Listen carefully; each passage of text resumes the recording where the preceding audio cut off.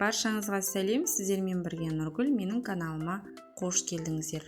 Бүгін сіздермен өте оңай дайындалатын, дәмі керемет болып шығатын, небәрі 3 қана заттан жасалатын қарапайым салаттың рецептімен бөліскім келеді.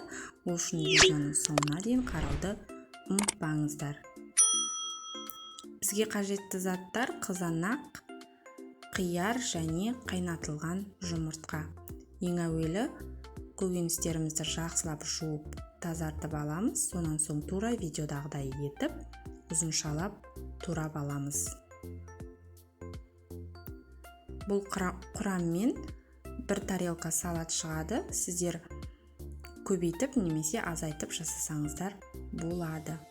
Ал енді қызанағымызды да тура видеодағыдай етіп ұзыншалап турап аламыз. Бұл салатты жасау үшін небәрі 5 минут уақыттарыңыз кетуі мүмкін. Өте оңай, тез дайындалатын салаттардың бірі. Тек жұмыртқаны қайнату үшін 10 минут уақытымыз кетуі мүмкін. Келесі жұмыртқаны да ұзыншалап тураймыз. Ыдысымызға жайғастырып, үстінен шамамен 3-4 ас қасықтай майонез қосып, біркелкі болғанша жақсылап араластырамыз.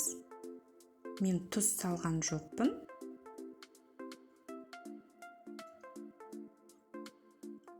Осымен біздің салатымыз дайын болды. Дәмі керемет болып шығады. Достар, егер видео пайдалы болған болса, арнама тіркеліп, қоңырауша белгісін басып қоюды ұмытпаңыздар. Себебі алдағы уақытта түрлі рецепттермен бөлісетін боламын. Ас болсын!